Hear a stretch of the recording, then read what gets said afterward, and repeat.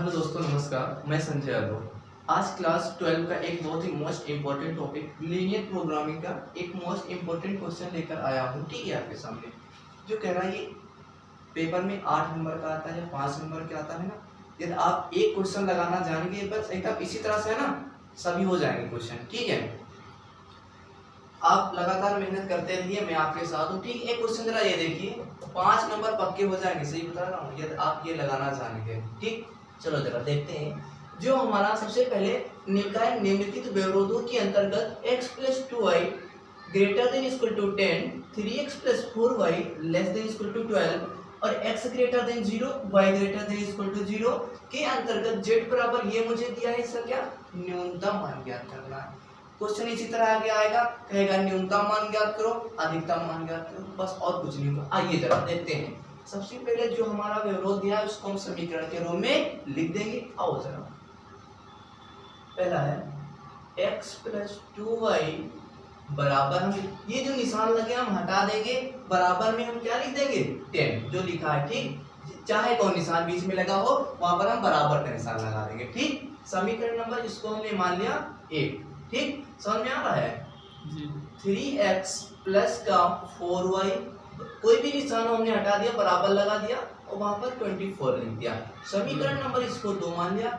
इसी तरह से x बराबर हमने 0 लिख दिया और y बराबर हमने क्या किया 0 रख दिया। अब कुछ नहीं करना है, सबसे पहले लिखो समीकरण 1 से। किससे? समीकरण 1 से। तो समीकरण 1 हमारी है x + का 2y बराबर 10। ठीक, अब हमें यहाँ से इससे क्या करना है, x और y के मान निकालना है। कैसे, आइए देखते हैं। एक हमने ये बॉक्स बना लिया। ठीक, अब ऊपर हमने लिख दिया x, नीचे लिख दिया y। अब हमें दिया है x बराबर 0, y बराबर 0। एक बार हम इस समीकरण में x बराबर 0 रखेंगे और एक बार y बराबर 0 रखेंगे। जब हमने कहा जब x बराबर 0, तो जब x बराबर 0 तो x की जगह पर हमने क्या रख दिया 0 प्लस हो गया, इधर पर 2y बराबर लिखा है 10 जी। तो जब 2y में 0 जोड़ेंगे 2y जी, 2y हो गया, बराबर में क्या हो गया 10। तो y बराबर देखो क्या आ गया, ऐसे 5। समझ में आया 5 कहाँ से आ गया, 2 गुणा में इसके नीचे जाएगा, 2 से कट जाएगा, 5 आ जाएगा। जब हमने x का मान 0 रखा तो y का मान कितना आ गया 5 आ गया। समझ में बात आई जी। अब अगली कंडीशन इसी में, जब y बराबर 0 तब x का मान क्या होगा, x की जगह x है, प्लस की जगह प्लस, 2 की जगह पर 2 और y की जगह पर हमने क्या रख दिया 0।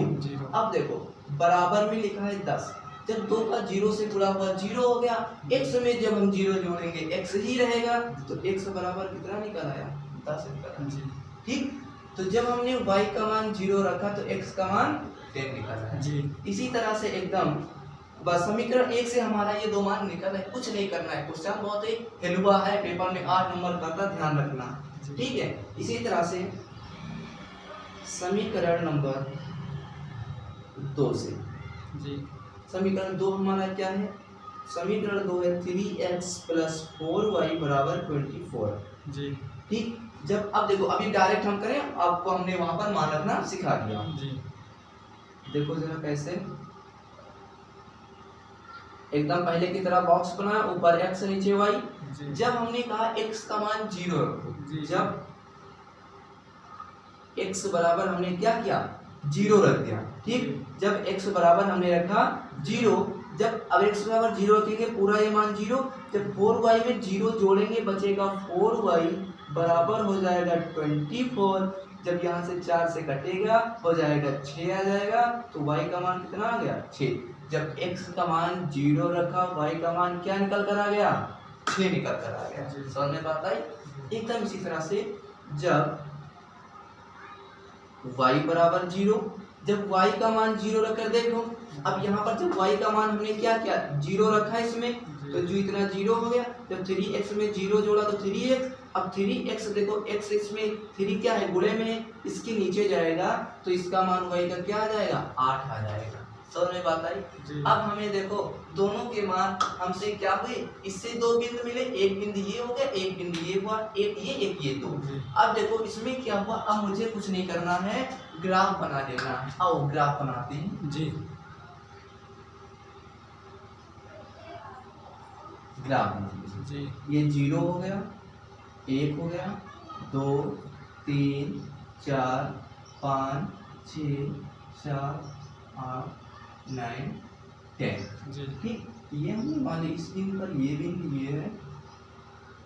ऐसे क्या करना है, आपको पटरी से नापकर बराबर दूरी पर लेना है, ठीक है। पेपर में बढ़िया बराबर दूरी पर आपको ये बिंदु लेना है, जो बिंदु की आपको आवश्यकता होगी वो लेना है, ठीक है। अब मुझे इसमें देखो 0 की आवश्यकता है, 0 है, 5 की आवश्यकता है, 5 हो गया, 10 के 10 हो गया ना, तो हमसे क्या किया, एक एकदम नंबर वाइज से हमने ले लिया, ठीक। अब इसी तरह ऊपर ले लो, 1 हो गया, 2 3 4 5 6 7 8 9 और ये क्या होगा ऊपर 10 हो गया, ठीक।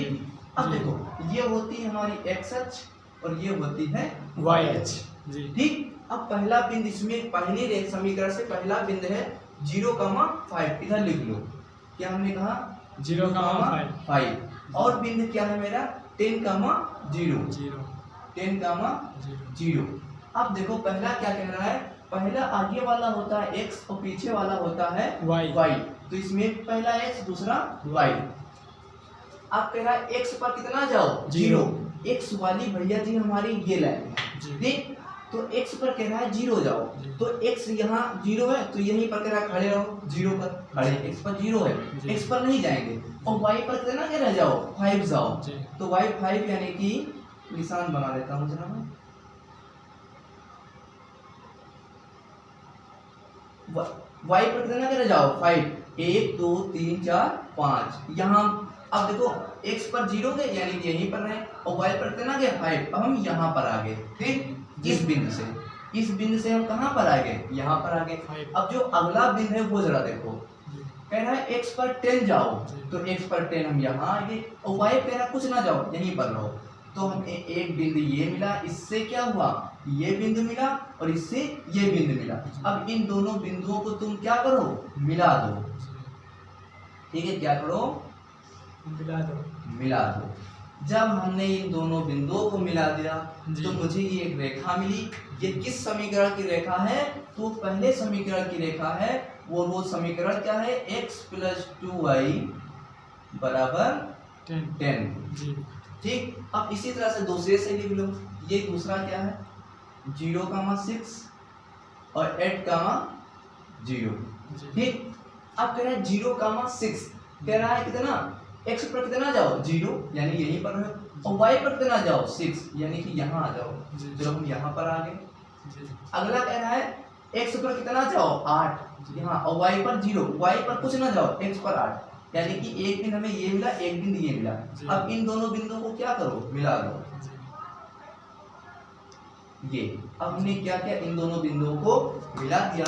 और ये वाली जो रेखा है किस समीकरण की है, ये है 3x + 4y = 24 की। समझ में बात आई जी। अब कुछ नहीं, इसका मुझे छायांकित करना। अब देखो जरा यहाँ पर, अब बात मैं थी छायांकित वाली आती, इतने तो सभी बच्चे कर ले जाते हैं, गलती करते हैं छायांकित भाग में। तो छायांकित को हमें कैसे सुधारना वो देखो। छायांकित भाग का जो हमें होता है इस निशान पर हमें निशान पर डिपेंड करता है। अगर ये निशान लगा है ग्रेटर का, ग्रेटर यानी कि बड़ा, तो बड़ा है तो बड़ा, अगर ग्रेटर का निशान लगा तो ये इस लाइन की क्या होगा ऊपर का भाग साइडनेस होगा, छायांकित होगा। जैसे मान लो दो पहलवान है, एक क्या ताकतवर है बहुत बड़ा है और एक छोटा है, तो बड़ा वाला पहलवान क्या होगा ऊपर होगा ना, तो इसे आप ध्यान रखो, ट्रिक मान लो है ना, तो इसे क्या करो ऊपर का भाग क्या कर दो छायांकित कर दो। तो चलो ये हमारी पहला समीकरण ये वाला है ना, तो पहले वाले में क्या है देखो ग्रेटर का निशान, पहले वाली लाइन यही तो हमारी है, तो इसके ऊपर क्या हो जाएगा ग्रेटर, ऊपर की ओर छायांकित होगा, ऊपर की ओर क्या कर दो बहुत दूर तक ये क्या हो जाएगा छायांकित हो जाएगा, ठीक। तो ये हम ऊपर का क्या कर दें इस लाइन से छायांकित कर देंगे, ठीक। इस लाइन से ऊपर का हमने क्या किया, छायांकित कर दिया। इतनी बात समझ में आई जी। अब इस लाइन से छायांकित होगा, इस पूरी लाइन से। अब इस लाइन से देखो किधर छायांकित होगा, अब देखो यहाँ पर ये दो जी है ना जी ये दो निशान देखो। हाँ ये दूसरा वाला समीकरण 3x + 4y less than equal to 24 है ना। अब लेस देन छोटा, हमने बताया जो छोटा पैमाना होगा वो क्या होगा, नीचे, यानी कि नीचे तरफ का पोर्शन जो होगा वो क्या होगा, छायांकित होगा। तो लाइन ये वाली है। अब इसके क्या छोटे लेस देन का निशान, ये तो यहाँ पर लेस देन का निशान लगा है, तो इसके नीचे का साइडनेस होगा, इसके नीचे यानी कि ये भाग साइडनेस होगा, है ना जी। ये वाला जी।